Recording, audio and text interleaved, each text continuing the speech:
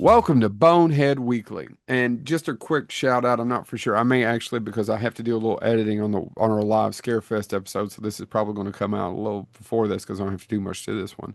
Um, if I saw you at Scarefest and I didn't get a chance to talk to you, that is my bad. I apologize. It was a fantastic time. I was sad that Chad wasn't able to join us for the live show and my 10-year anniversary. That was a surprise. But anybody that took part in that, I love you. I think I've already actually hugged and told everyone who did anything with that I love them.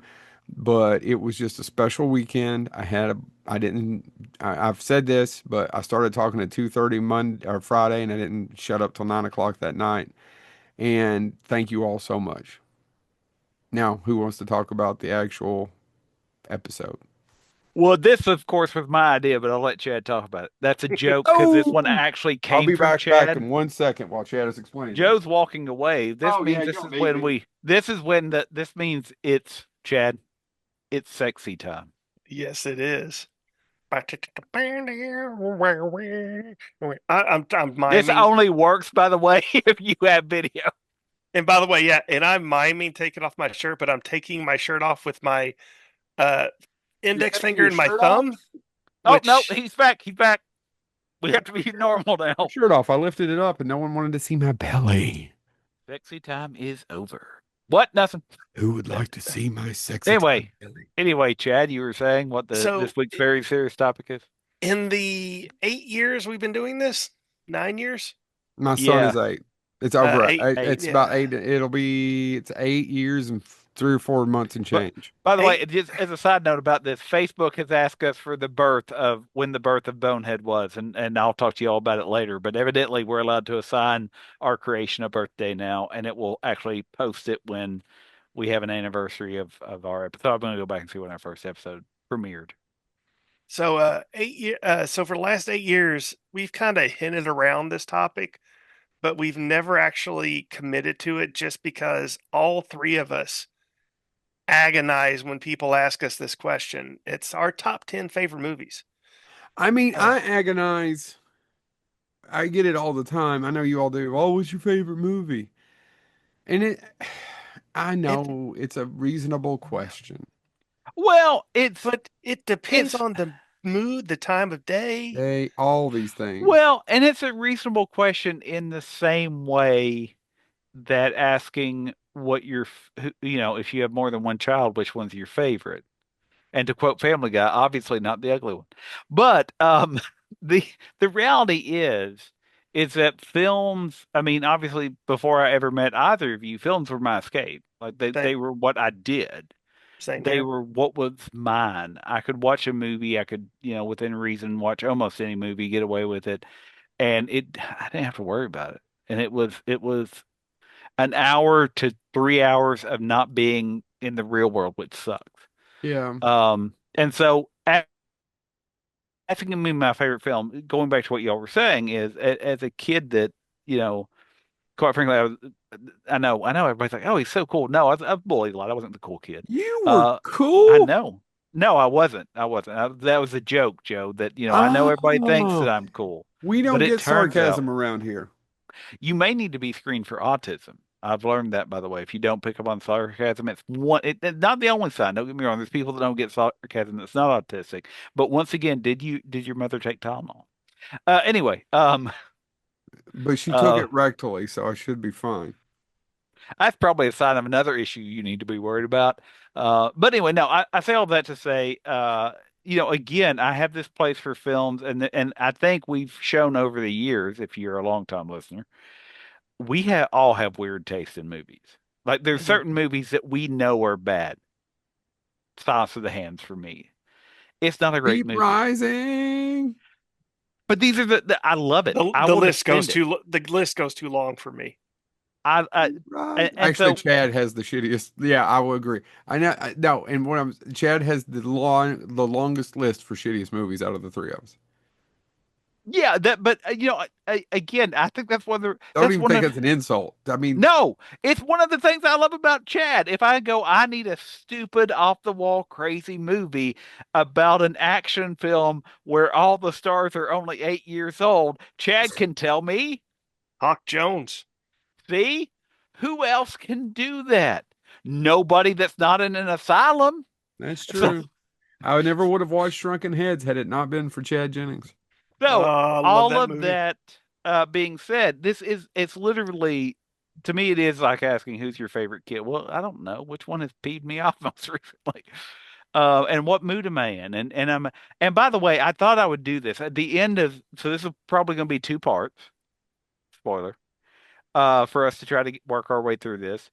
But gentlemen, I found something that I'm going to try. I figure we'll do it at the very end of the second episode. Yes. There is a website that you can put in up to 10 movies. So luckily, we'll call this our top 10. Um, 10 movies, and it actually will give you information about what it tells you about your personality. Now, is this scientific? I don't know. Does it seem like a good way to wrap this up and show people how weird we are? Absolutely. Now, So, if we're yeah. doing five apiece, though, we can't talk too long about each one of them. No, No, no, no. I Agreed? mean, and some of the, and by the way, again, if you're a long time listener, some of these you're going to be like, yeah, he's going to bring that one up. Yeah. Somehow, some way, he's going to work in Harlan Ellison. I was going to say, for you, I was going to say Children of Men. Is it going to be Children of Men? A damn good movie, but it will not probably not be on my list because I don't watch it often. Which and then so let's get into what we were talking about before we hit record. We've already said how difficult it is to And pick. why are you explaining this? It was Chad's idea. I don't nope. know. I've got a He, disease. he's a better talker than me, so I don't mind it at all. No, he's a more talker than you. A more talker?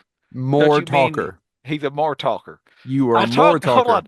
I really wish I could do a groundskeeper Willie. Moors. Oh, he talks about the moors, the Scottish moors. Anyway, that's for four people. Mhm. But I, I it's just this is really hard, and the way that I approached it, as I said before we hit record, but I think is if you catch me a month from now and say name your top 10, they may be different. It'll change. Yeah, because So, what I ended up doing and what I told Joe and Chad before we hit record was I came down to my basement and I could pivot my camera, but it'd be too hard. you looked Um, around, I fed have Cletus. Don't ask who Cletus is.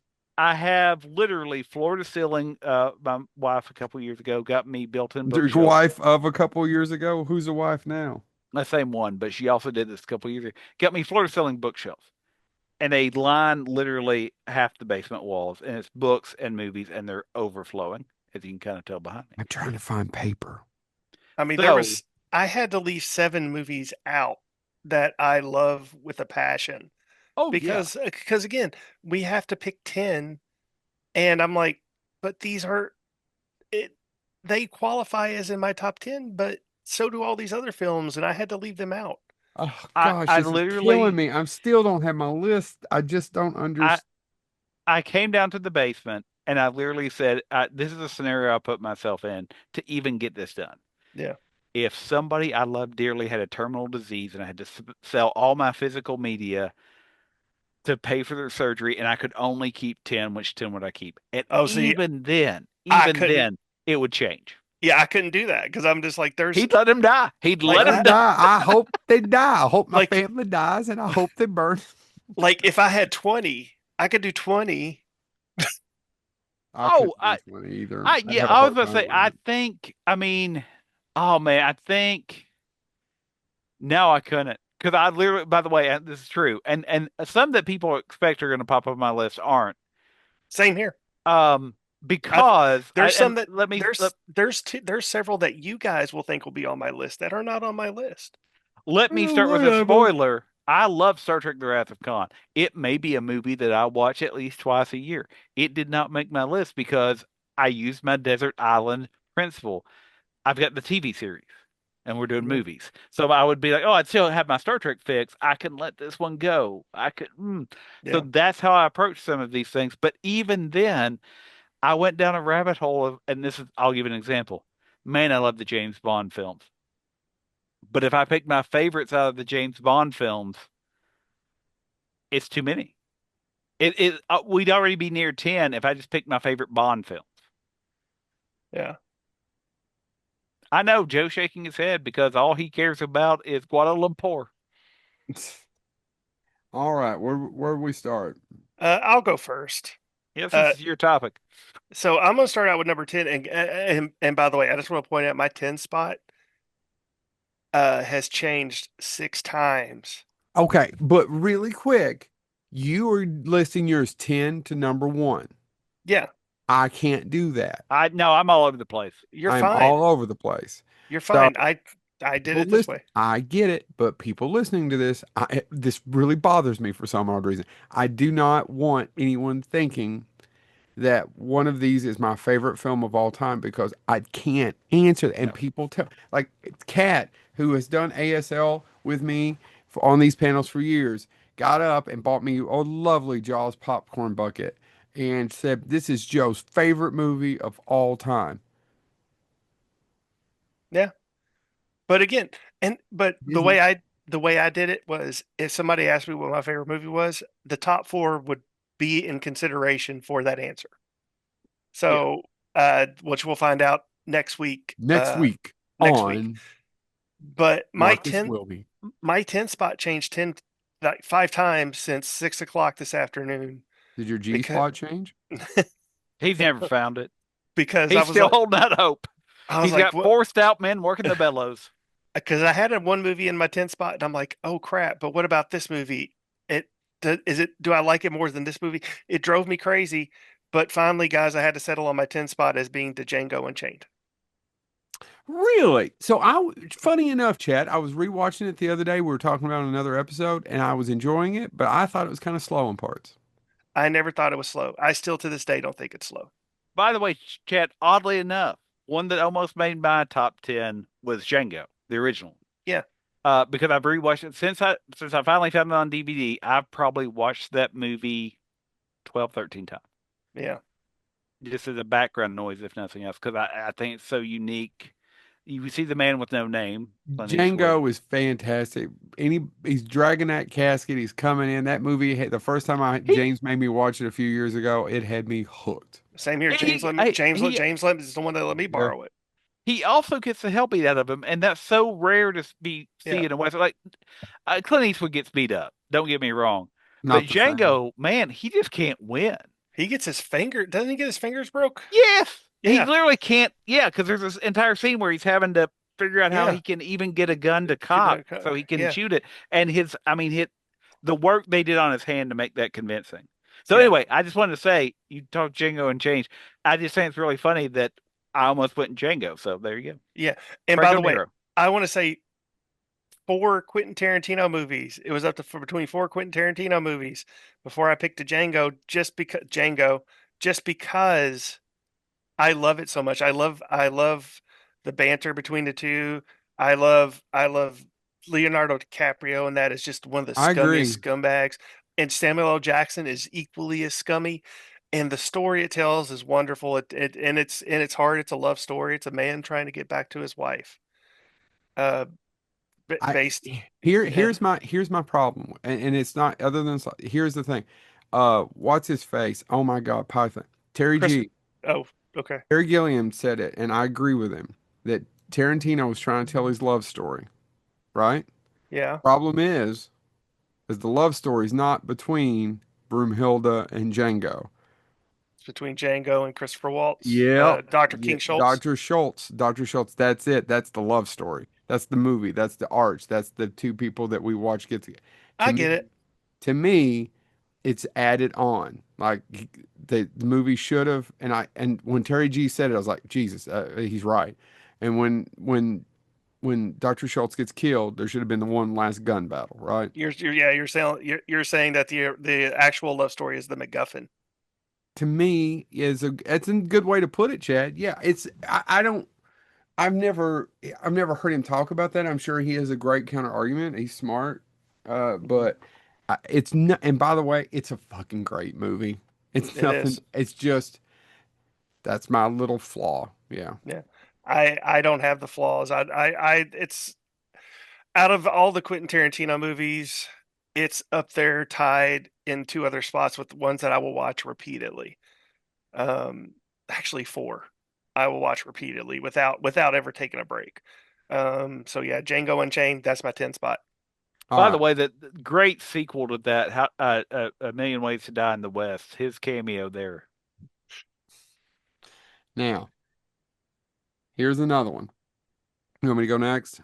Sure. Yeah. And by the way, spoiler, we may overlap. Again, this is our We should picks. overlap on one. I agree, and we're going to. If we don't overlap on one, I will. I Yeah. was saving that for next week. I don't know how y'all Yeah. I'm feel. going to save that one for next week too. I know we're As am I.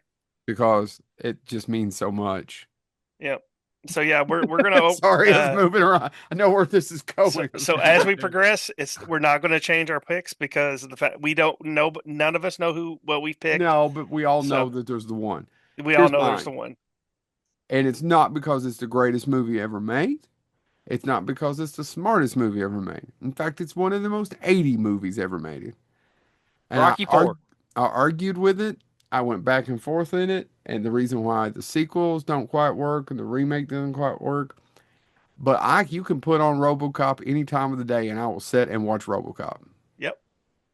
That movie is as playable to me as it was when I saw it when I was 10 years old, not whenever that was.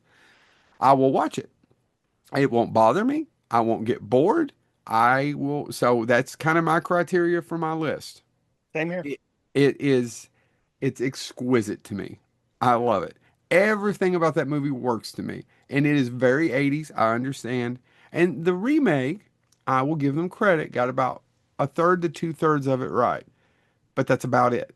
Hmm. And they I tried to update that where they tried to update it worked. Like the story of anyway, it doesn't matter. I just can watch RoboCop all the time. Now I don't know that that's number 10, but it is a movie I could just watch over and over and over. Yeah. James, No, by the James. way, RoboCop did not make my list, but I agree. It's just, yeah, if it's on, I'm like, yeah, RoboCop. I'm gonna go with one that people probably are not going to see coming, though I've talked about it on the show before. It is a movie that, quite frankly, probably played most often during my dissertation writing because I just needed background noise and I got to know it so well. And it actually did make me feel better about things because it turns out, as if you haven't picked up on this, that I like messed up big people. butts. I like people that don't make sense, that aren't nice, that aren't, but mean well. I like that kind of, I don't know, subgenre of people.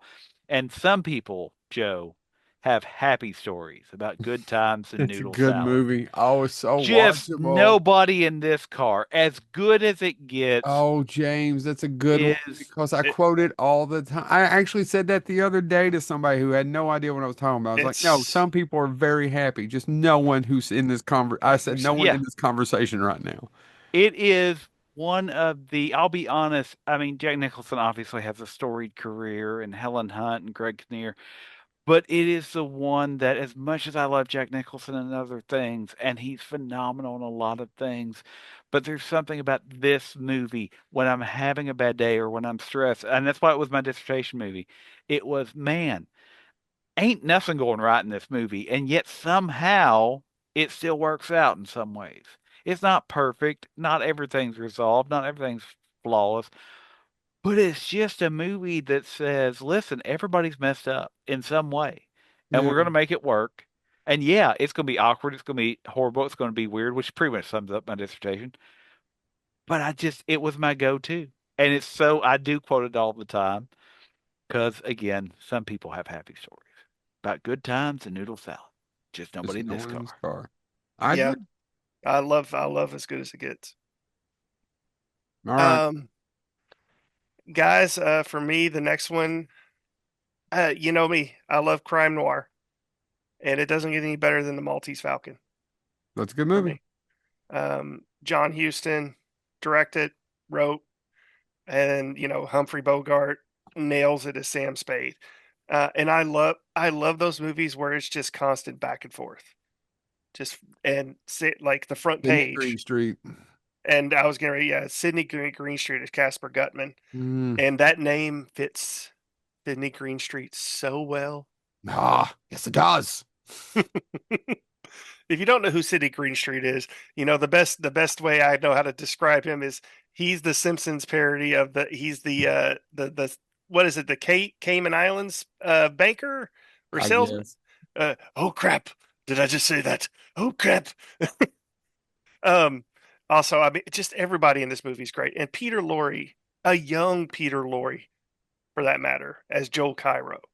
And then I could go on and on. Don't forget about Mary Astor as Bridget O'Shaughnessy. I mean, it's all about, and again, it's one of those premier cases of a MacGuffin. I just mentioned that of the Maltese It Falcon. is one of the best, if not the best, it's one of the best MacGuffins of all time in film history. I agree. As they're trying to find this priceless statuette of the Maltese Falcon, and Sam Spade's on the case, and he's constantly having to duck uh, the police and also the criminals who are trying to capture it. It's phenomenal. I just love it. It's my favorite Humphrey Bogart film. And again, like you said, it's one of those movies I can watch at any point in time, and if Yeah. if it's on, I will watch it, and not even I don't care where it's at in the movie. So, Maltese Falcon. Is it my turn again? Yep. Yes. God. All right. I don't want to put this movie here. I don't. But I'm running out of options because I want my two favorite directors. I'm trying to only pick one movie of them each to put on this list. And then because I want whatever that movie is to sum up what I love about them the most. Right? And it's hard, but I have to say it's got to be Evil Dead 2. And the reason being is it's the most Sam Raimi movie of all time. What are you laughing Yep. about, Chad? Nothing. Well, you were I laughing. What agree. was that? 100%. I just, it's the You'll most, find out. huh? You'll find out.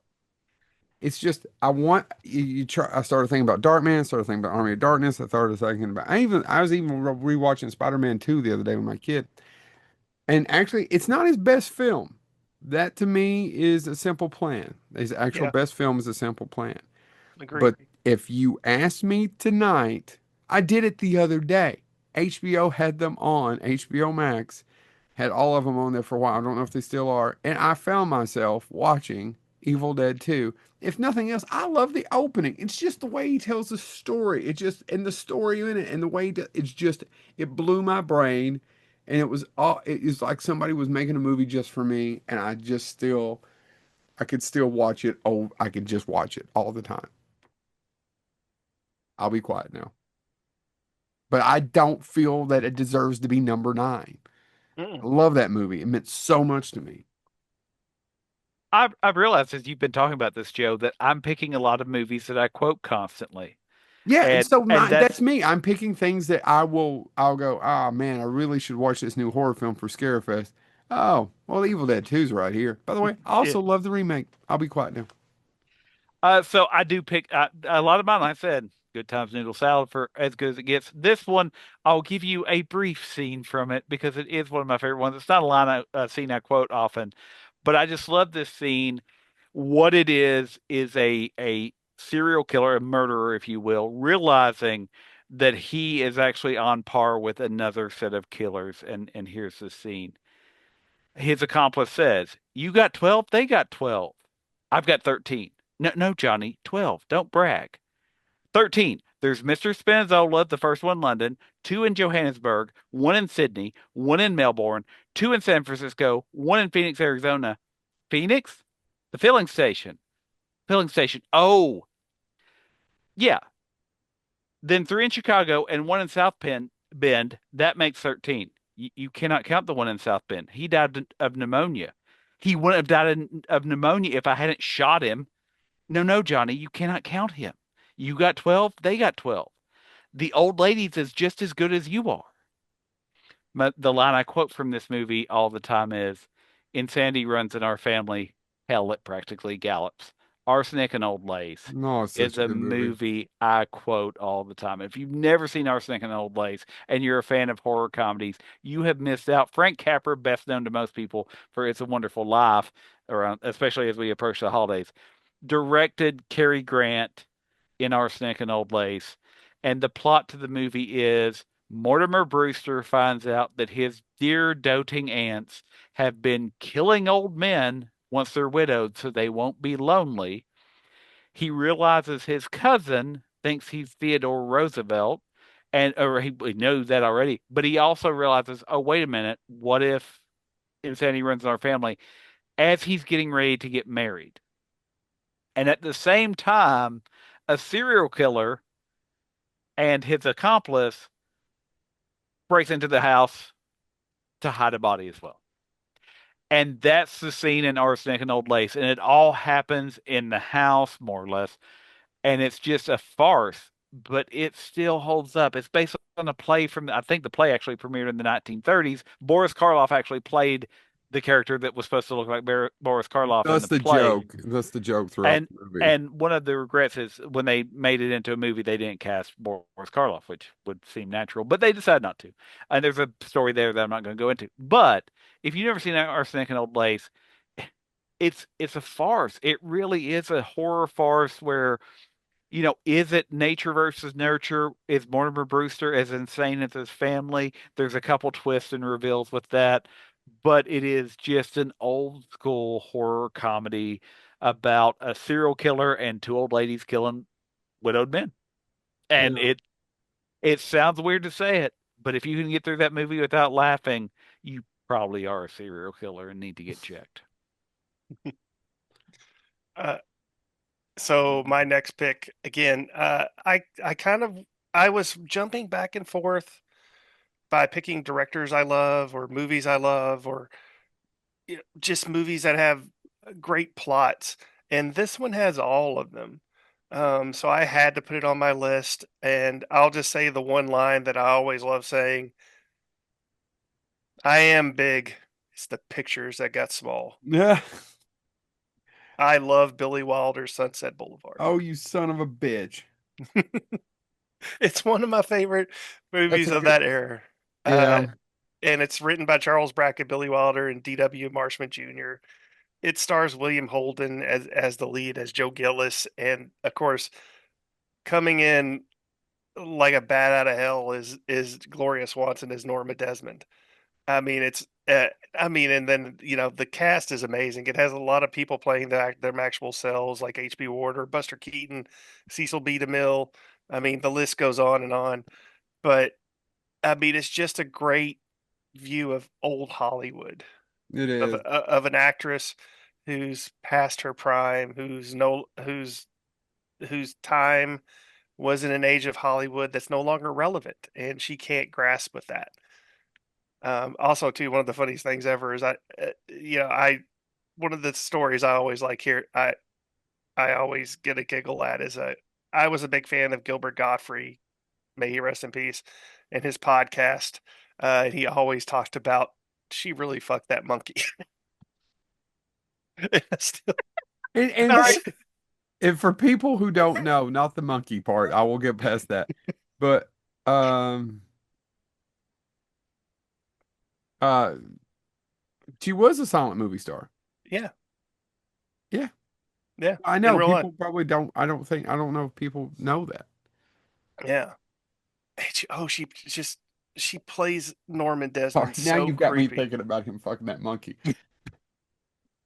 I can't watch. And I've now you watched. got me thinking about somebody else's big dick, and you know exactly what I'm talking about. I know. Girl's big dick. Yeah, I watch this movie all the time, and every time that monkey funeral happens, which is at the very beginning of the movie, you all, I start laughing hilariously because I think of Gilbert Gottfried telling the story Fuck about that monkey. her having sex with that monkey. Uh, So yeah, but it is truly a classic when it comes to just Hollywood cinema. So yeah, Sunset Boulevard had to make my top 10.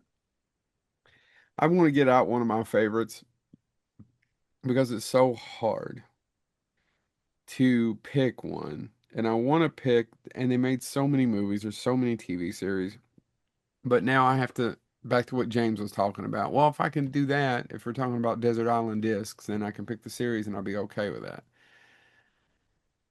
I it, I don't.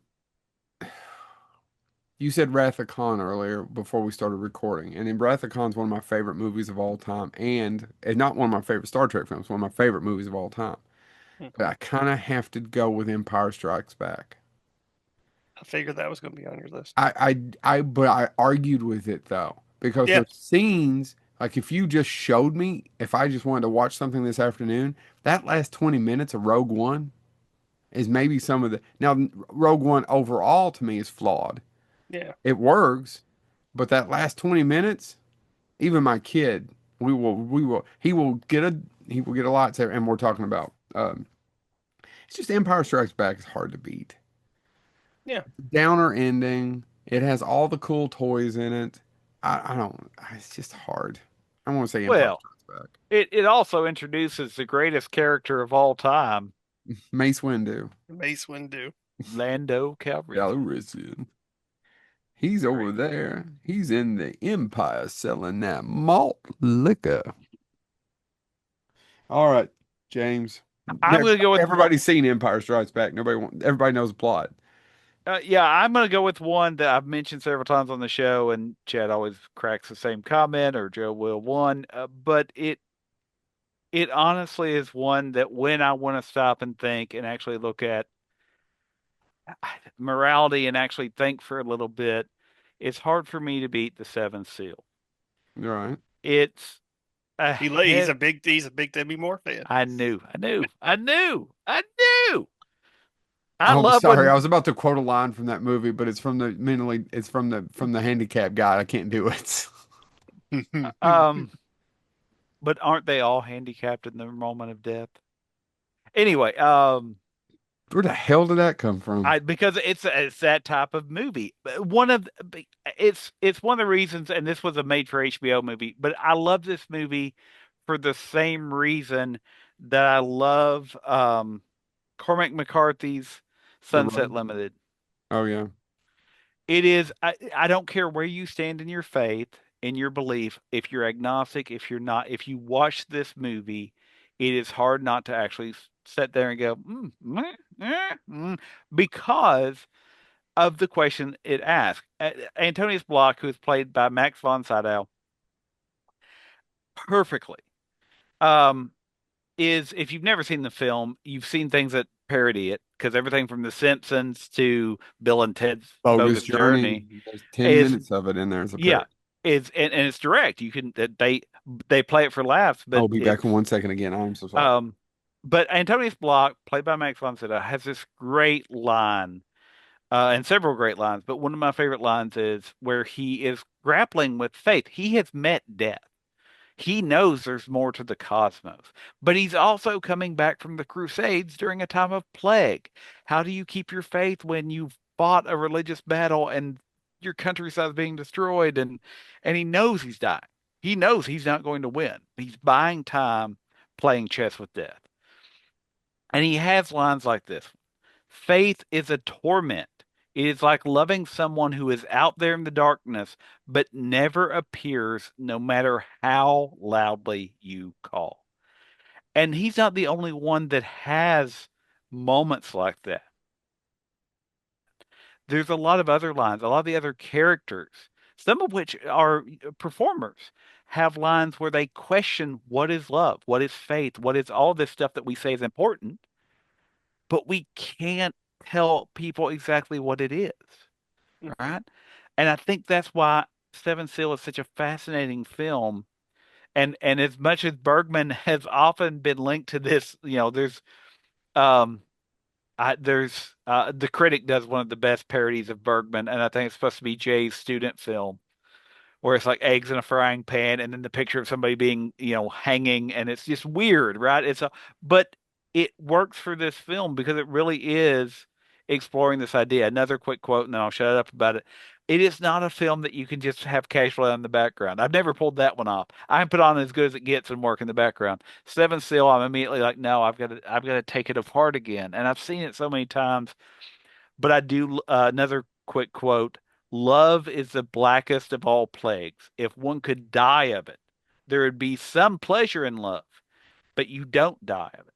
It's the fact that if you love something, someone, it will eventually disappoint you. It will eventually hurt you. It will eventually, and nobody gets out of it alive. Nobody ends love in, you know, if you're married, eventually one of you is going to die. One of you is going to leave. Nobody doesn't get hurt by it. And yet we champion it as this, oh, you need love. You need, what does that actually mean when we take that apart? And it's why that movie works for me is because it is both bleak and celebratory in the same way. And I can't wrap my mind around that without saying, just watch it if you've never seen it, Yeah. and it works. I don't know why it works, but it's one of mine that I've seen it literally probably I'd say at least 30 times. And if I put it on now, I'm going to find something else new in it And that I missed the first time and or James the really first loves 30. the scene where they play Twister. Yes, that's absolutely right. That's by the way, another great parody of it. If you watch it and then go, that was too serious, I need a break.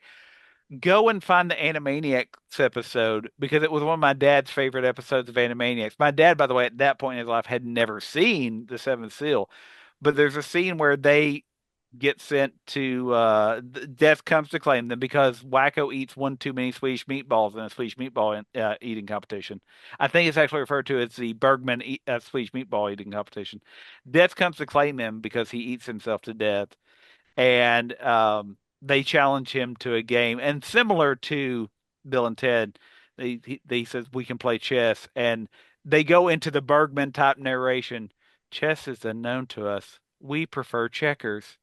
Are we dead or is this Ohio? And they just keep doing that type of line delivery nonstop. Uh, to where at one point Death loses his temper and screams at them, and they deadpan in that Swedish delivery, the Bergman pacing of da da da. Your breath is like a breeze off of a landfill. I don't know why my dad laughed.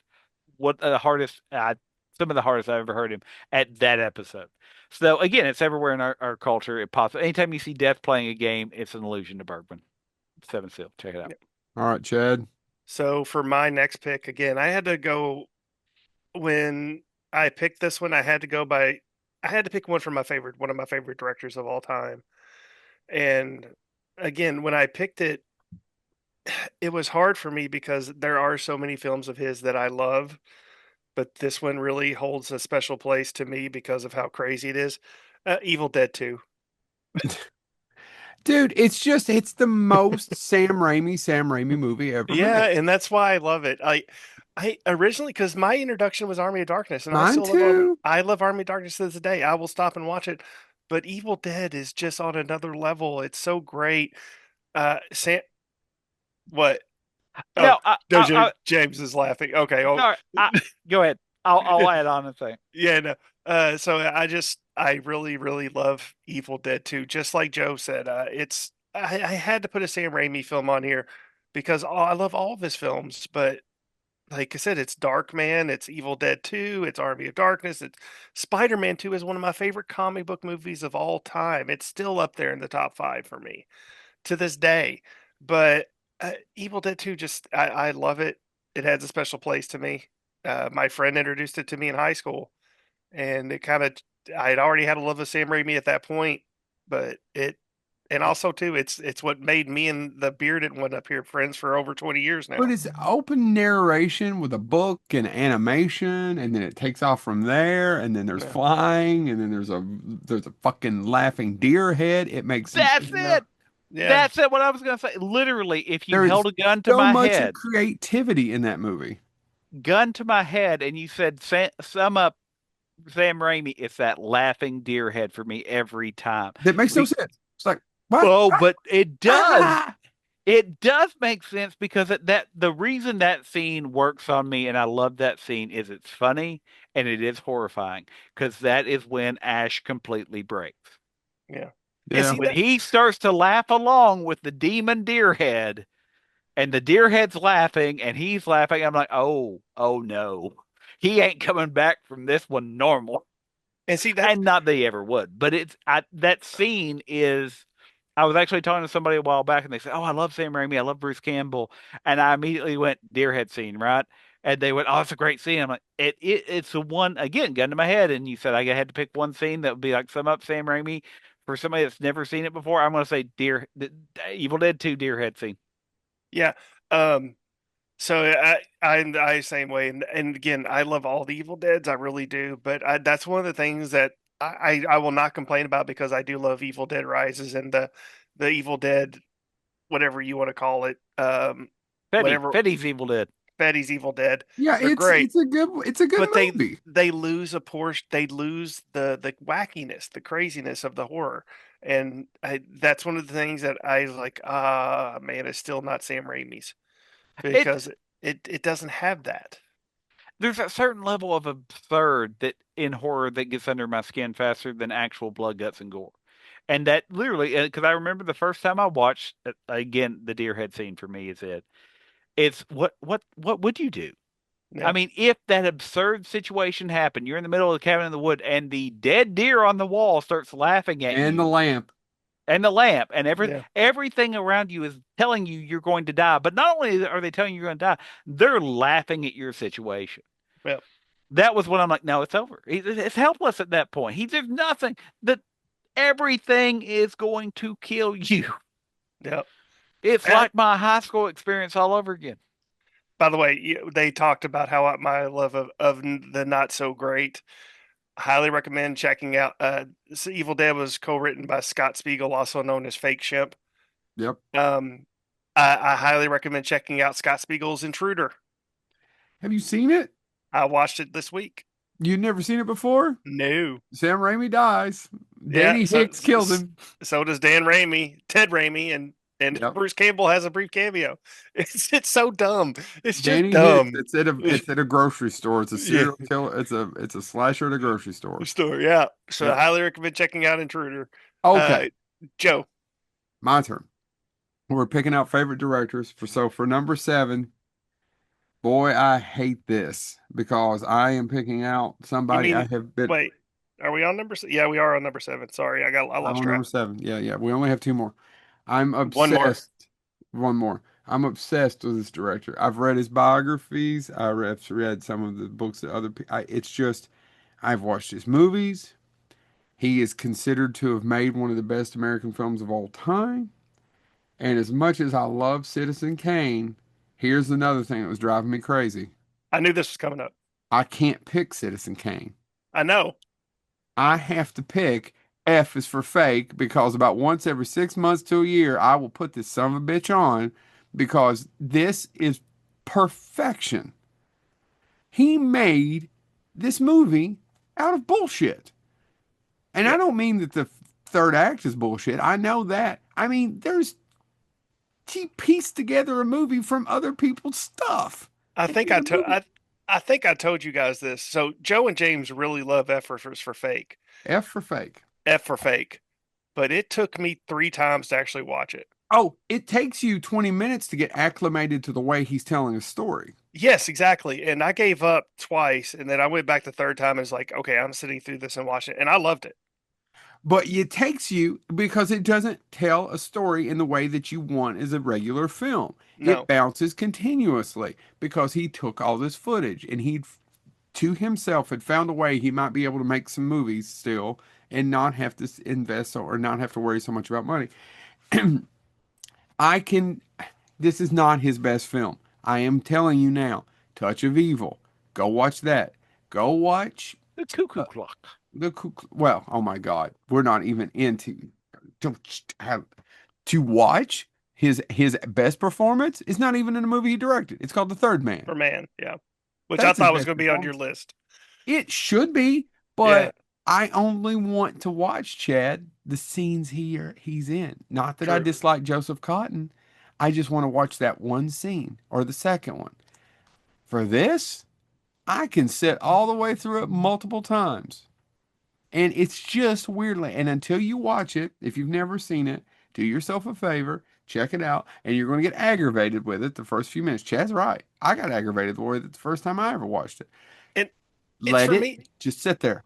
Just sit there 20 minutes. Yeah, for me, I have I probably have undiagnosed ADHD. I have a hard time, maintaining my concentration, and that's why F is fake F for was fake. F for fake. I'm sorry, I still can't get That's the title okay. right. I keep I putting it is in it too. I can't. I had a hard time with it because it requires a lot of focus and a lot of concentration. But I got into the zone one day and I was able to get through it. And I was like, oh my God, why did I not watch this the first two times? So yeah. Yeah. James. I'm gonna go with another one that I brought up a lot, and it lives in my in my film, in my head. How about head? Let's go with head. In my head, rent free. It so much so that now I'm going to eventually break down and watch the next film the person tried to make. But it is one of the harshest films I think to watch that I love. More so than Seven Seal asks questions. The Deer Hunter just hurts. Oh, it's But the so Deer Hunter, depressing. I don't know. I can't, it, as well made as it is, I can't put it on any list because I can't sit around and watch it. Yeah, it's so depressing, James. and I think that's what I like about it. I think is that, There is never a good thing that happens at all in that movie. No. and isn't that, but I mean, isn't that a valid point at Yeah, it some is. times, Yeah, yeah. right? I mean, I, I, spoiler alert, going back to my previous high school experience, but this may shock people. I'm not an award winner. What? Very few awards I've won in my life. Matter of fact, three, I think. I don't get celebrated a lot. Loser. That's not a cry. I know. That's You not a fucking loser. cry. I got Cry. a whole box full of purple ribbons up there that I won in elementary school. What's the This is a purple true story. ribbon? Is This that is a participation? Best participation. Okay. it's a true story, Chad. It's funny you brought this up because somebody reminded me of it that I went to school with a while back. This is a true story. They were giving out participation things one day, and they forgot me. It's a true story. Somebody reminded me. I had forgot. And somebody was, oh, you remember that? No, I hadn't, but yes, I do now. Thank you for bringing that back up. I Uh, participated, by the way. It wasn't that I was absent. It was, oh no, we ran out. that's awesome. He didn't get one. Whatever. It's fine. So that ergo, the Deer Hunter, and I think that's why it makes my list is because it does live in. Once you see it, you don't unsee it. It's not a film that leaves you easily. No, no, even the blowing up the children. Oh, it's just, oh, God. Well, I'm sorry. it's a, The what? Blowing up of the children. I couldn't finish the Okay. sentence. It came blowing of children, but I meant blowing up the children. it is, and it's a movie, by the way, that also appears parodied in a lot of stuff. I was It watching, I think does. it was, It Especially really does. especially the Russian roulette scene has been parodied Yeah. in so many well, things. and even indirectly referencing the. I was watching a Simpsons, and it was there's a scene in the Simpsons where it's in the back of Moe's. It's very similar, but there was also one where they were trying to get somebody to hurry up, and you just hear "Diddy Mow, Diddy Mow," and I was like, "Oh my God, that's a Deer Hunter reference! How terrible is that?" But I think the reason it had to be in my top 10 is that and I mentioned this before. I had a knee injury when I was younger. The scene where he falls in the water, and if you've seen the movie, you know who he is. And it flashes briefly, and I know it's fake. I know I it's I'd rather watch 10,000 horror movies with Mhm. brutal scenes in it because none of them affected me the way that does. Especially when you've seen the movie before and you know where it's going and Yeah. what's going to happen and how terrible things are going to be from that point. And they're not good before that point. And I think the reason it makes my list is it did have all that effect on me. I can picture that scene in my head, but also, man, these feel like real people. Mhm. Every, they're all working class people. They're people that I grew up around in some ways. Like James, all yours are depressing. by the way, and that's one of the reasons I want to put them into that thing and says what it says about me because I have a theory. He's But they're not depressing. all depressing. Arsenic and Old Lace isn't depressing. No, but Mandy and the Deer Hunter. Isn't it time for Chad to speak? I didn't do Mandy. Mandy was what I did for our 2018 thing that is for Glenn. You're cross-saying episodes again. Where are we at? Um, the three that I've done, just to remind people, four, Seven Seal, and this one. Those are my two heavy ones. We get Arsenic Seven and Old Seal's Lace. depressing too. What? As good as it gets? That's I not said too. Seven Seals depressing as well. Well, it is, but it's not. It's thinking. You know how I feels about the thinks. I know. If it, I's not a it if I's it not if, a fans. if it's not Lollipop Chainsaw, Joe don't care. By the way, if you're not Lollipop, familiar with lollipop, Lollipop Chainsaw, chainsaw, Google it. Why hasn't that been lollipop, made into a movie yet? chainsaw. Chad, stress levels Lollipop Chainsaw. rising, please. James, are you good? Are you good? Yeah. That's Okay. We've been so talking I'm for an hour Uh, friends. and a half. We got to get through this one so more. so again, I had to for my sixth pick and my final pick for this week. Oh God, I killing I, I me. had to I had to again pick one of my favorite directors who has done no wrong. In my well, maybe done wrong once. I didn't know that Um, Louis C.K. was a director, and the fact you still defend him worries me. no, That's he's just pretty done cool. wrong. He's done wrong once, but it also has one of my favorite actors of all time. Guys, I'm just going to say the line, and then I'll get into it. You guys know what it's going to be.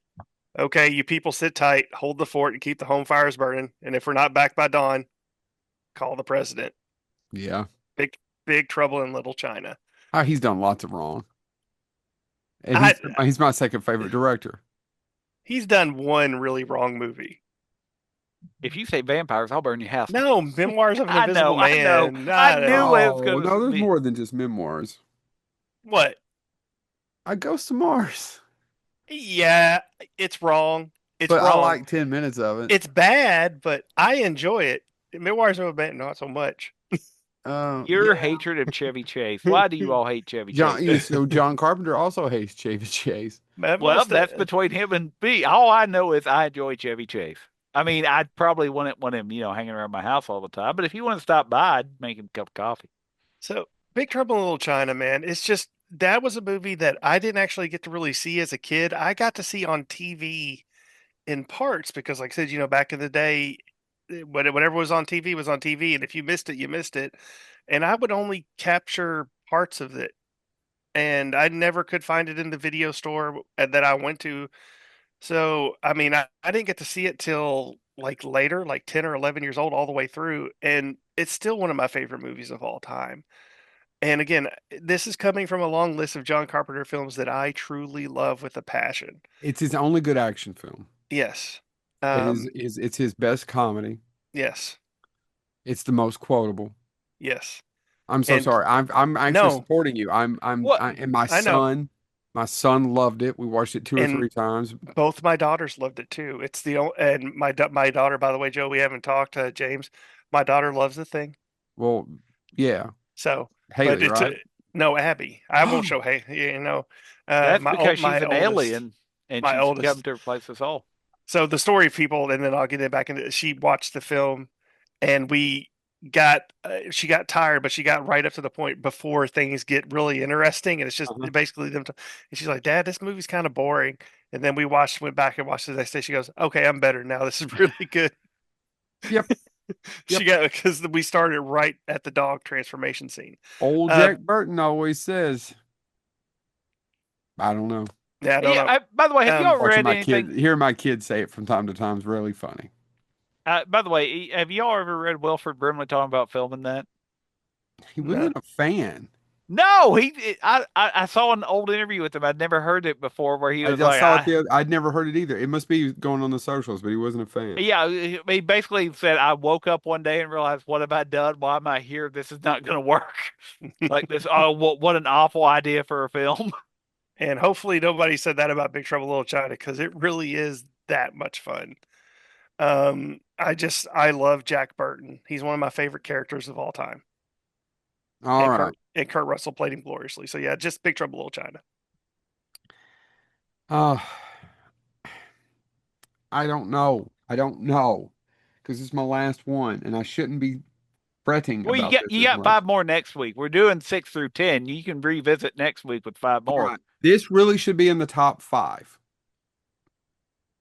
Okay. So should have been the last two. Yeah, go ahead. This should be in the top five, but I'm going to mention it now because I'm arguing about myself about some other things. Nope, I can't do it. I can't do it. I'm going to go. Oh Oh, it's killing me. Why I do know you it's make me rough do this? Why are you making me do this? because I thought it would be fun to listen to, so our few listeners would hear us just I have hate be these questions. So they I'm going would to be tell you all a complete story. You know what? agony. I'm going to tell you all a story. I was on stage trying to kill time before they get to Robert England out there, and then everybody started asking me questions about Nightmare on Elm Street, about my favorite scene. Couldn't even tell you the favorite scene. I finally turned it around. There were several people in the audience started talking about it because I had a hard time giving up that answer, and that was for Nightmare on Elm Street, much less what Yep. you've asked me to do. I know, isn't it great? I love torturing people. And YouTube preferably. Yeah. I'm not going to cop out. I'm going to say this, even though it is a trilogy, and I've already done one trilogy before. It's The Lord of the Rings, Fellowship of the Ring. Yeah. See, and this is where me and Joe disagree. I love Fellowship of the Ring. I love all three. I really do. But the Two Towers would have been my pick. I agree with Chad on that. Actually, it's not. By the way, they're not on my top 10, but yeah, I agree. Yeah, I So know. the I that was one of the ones I struggled with. It didn't make my top 10. so the Fellowship of the Ring, I saw in the theater 4 times, and I will still could watch it over and over. It works perfectly. Two Towers has the best battle scene of all three movies. It may have one of the best. We could probably do an episode of best battle scenes in films, and The I think that Helm's would Deep be. battle scene is one of the best battle scenes in film history. There's just a couple of things that they diverge from the book that they add that doesn't help the story, and it always drives me slightly crazy. But it's And a yet you'll grand. defend Fellowship of the Ring, even though it leaves out Bill the Pony. It's Huge. not Bill the Pony. Well, people do get pissed about Bill the Well, Pony. see, And I'm and saying where I Bill's wasn't. in the extended version. It's I the know. it's the Tom Bombadil that also pisses because Tom I didn't make it in there for shit. but yeah, I literally I didn't pick that out of a hat. I knew I was. well, I saw the trigger warning and went push push push push well, push. see, and the stuff that bothered Joe in Two Towers because he read the books. I had not read the books, and the parts that bothered him, I actually didn't. I actually didn't mind. I actually enjoyed because I didn't know I, they were not in the book. I was gonna say, and that's the entire thing. The joy about going to see a movie based on a book with Chad is ever since he got scared by that pop-up book, Yeah. Well, the don't thing read is, them no Chad, more. even if you hadn't read the book, I think I'd still be aggravated that I just don't think it helps the story in any way. That Aragorn's missing and maybe he's dead and they all think he's dead and he shows back up. I don't think it helps the story because we do it one too many times in the trilogy anyway. Well, that's true. And even in that movie itself, the Two It, Towers, it happens. Yeah, it just it doesn't. I feel I will die on this hill. I feel because and I like the movie. I have never said I dislike the movie. I love the movie. I just feel it because oh my God, Brad Dourif's so good in that. So many people are so good in that. yeah. However, Fellowship of the Ring, I know it's the slowest one to everybody, but for me, Oh, it's still so good. it's so perfection. Everything that I dreamt of what that would look like is what that looks like to me. But you know So what you know what the Fellowship has that I absolutely truly hate. And again, it's the one that's gets the most love grief. And story. so, no, the him waking up in the bed and all that slow motion of people. I still hate that scene. Oh, I'm not crazy about that either, actually. Yeah, I'm not crazy about a lot of the slow Yeah. motion stuff. All right, James, bring it home. All right, this Moho literally Rising. again would not. No, no, just want to let you know, James. Keep in mind, you're following Big Trouble in Little China and Lord of the Rings. Go This ahead, bud. And I didn't take a pussy way out. I said fellowship. Yeah. no I no just want to give myself this slight credit. I literally let me reiterate. As Joe said earlier, Chad has been kind of doing a countdown. This is a mixed bag for me. It could go day to day, but I was like, I need one sealed, signed, sealed, and deliver. Everybody's going to see it coming this week. And of course, that for me has to be, it could have been number one if I tried to do it in order, but I could, man, I can't do them in order. It's Raiders of the Lost Ark, folks. So It's not I was the I hoping make or you'd the say it. model, honey. I It's the seriously thought mileage. I really thought you would have been saving that for like the top two or three of Oh next no, week. It's and if driving I me was doing them in crazy. order, I Yeah. would have. I Yeah. would have had it literally would have been a fight between the one we all are going to pick, I think, Hmm. and this because they are the ones, and this is a true story. It's one of the biggest compliments, and the person did not know they were giving me the compliment that they were giving me. Um, we were working, and this is a little insight into my professional life, I guess. We were working on finding some obscure data, historical data, and I was able to pull something, and I found some stuff that literally was in an archive, hadn't been looked at in probably 30 years, if not more. I know it wasn't because it actually had the checkout card, the old school one, and it Yeah. hadn't been stamped since 1982, and it was documents from the 1960s. And I went back and said, "Hey, I found this," and I managed to get photocopies made. And I took it, and it helped us finish a project we were working on, which hopefully is going to come out soon as a publication. But the person literally Notice how he just kind of mic dropped that there. wasn't talking to me. Well, dude, I have several publications. Nobody reads them. They're just out there. Um, but somebody they were the person that I was working with actually said to somebody else and didn't know that it got back to me. Good Lord, working with him is like working with Indiana Jones. He finds the most obscure, useless stuff and makes you realize why it's relevant. And that actually, they didn't mean it per se as a compliment. I think that's one Uh-huh. of the biggest professional compliments I've ever got. That's a good one. Because it literally, if I can do anything, if I can find some obscure piece of historical for the field that I work in, and somebody goes, "Oh, well, now you've made it apparent why that's relevant," I've done my job really well. And to do an Indiana Jones comparison, it was cool. It honestly, it meant a lot to me, and they don't even know that it happened or that I became aware of it. I can't, man. And I've said this before. I love Star Wars, but Indiana Jones kind of edges that out for me as a Well, and character. so my original Raiders of the Lost Ark one sheet, the boys know where it's at, is right over there, right next to Fellowship of the Ring, right next to the Evil Dead, right next to Evil Dead 2, and right next to another, well, we'll talk about it next week. It I it's a great movie. Well, Yeah, and it really is. it made me a fan of films that aren't as good. And Chad watched with me. The useless trivia. Many people know Tom Selleck was originally I had the considered. scabies. I had to leave. I know. Tom Selleck was originally considered for Indiana Jones. His consolation prize was that they later cast him in a movie called High Road to China. It's not a good movie. But I bought a lot of them. Somebody was selling a lot going, "Do you like Indiana Jones? Here's a bunch of movies that came after it that tried to imitate its success." I've got Ark of the Sun God. I still haven't watched it. I'm going to have to. I have the Tawny Katane movie that got made because of it, but isn't exactly the same genre. There's a lot of different films that I have watched because I love Indiana Jones so much. And some of them I've enjoyed. As I've said to Chad, eh, High Road to China is not a great film, but the biplane scenes are cool, which is Hmm. what it's about is them having to take biplanes to get to China to find her missing father. It's not a great movie. And there's a love interest that doesn't feel natural either. But the biplane scenes are really cool because they act, and you can tell by the way that neither Tom Selleck nor the actress, and I'm blanking on her name, are in those biplanes. Um, but they're What? cool to watch. It's a cool movie. Like those scenes, I'm like, oh, they actually filmed biplanes launching and flying, and it's cool scenes.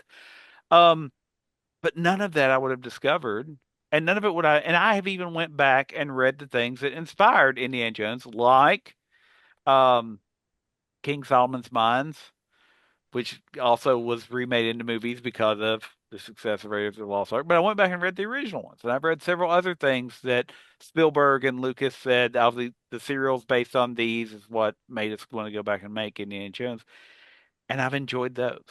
And so again, this easily could have been top five, and in my heart, probably is top five. I was just trying to think of a way to seal this week's episode. All right. Um, but yeah, you can't go wrong with Raiders of the Lost Ark. Much like Joe said, it's like Joe mentioned it with RoboCop. I've seen Raiders of the Lost Ark an embarrassing number of times. If Yeah. I put as much work into anything as I did in watching Raiders of the Lost Ark, I'd probably be, I don't know, if it was violin, I'd be, performing nationally. But I didn't. I chose to watch Indiana Jones, and quite frankly, no You made the right regrets. choice. You made Yeah, the right choice. All right. So next week we will our come top. back and have our top five, and this will be anguish. Although I think I've got three. Three of them are definite. Yeah. And I will take our top 10 once we have said all of them. I'm going to plug them into this, I'm sure, highly advanced system that is on a website and see what it says about the three of us to close out that episode. So there you go. All right. This has been Bonehead Weekly.